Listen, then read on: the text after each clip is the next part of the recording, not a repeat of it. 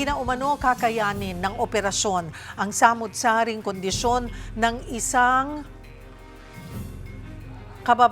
kababayan natin o isang bata sa South Cotabato kaya inilabas na siya sa ospital.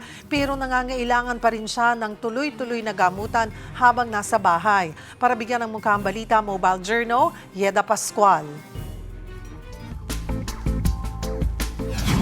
Pinalabas na ng ospital ang isang paslit na may samut-saring karamdaman mula Pulumulok, South Cotabato. Ang dahilan, hindi na raw siya kayang gamutin ng doktor. Sa ospital na halos nakatira ang 3 taong gulang na si Jalen. Ipinanganak kasi siyang may hydrocephalus, bukol sa spine, iisa ang kidney at walang butas sa puwet.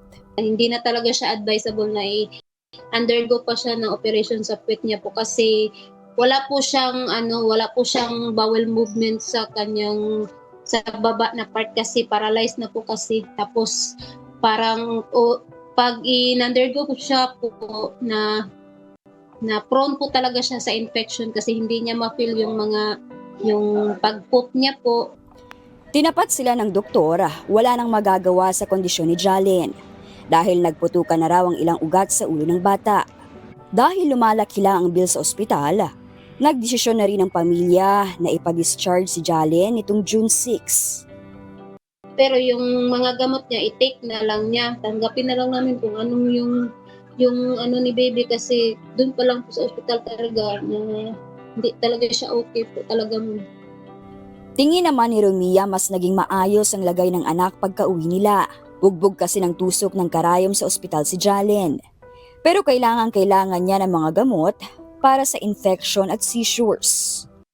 Ako po ay kumakatop sa inyong mga puso kahit na konting tulong lang po para sa gamutan ng aking anak.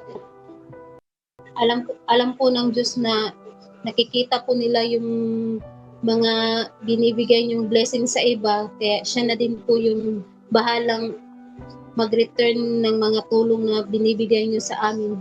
Maraming salamat po. Mga kapatid, ako po si Mobile Journal Yeda Pascual. Hatid ang muka ng balita.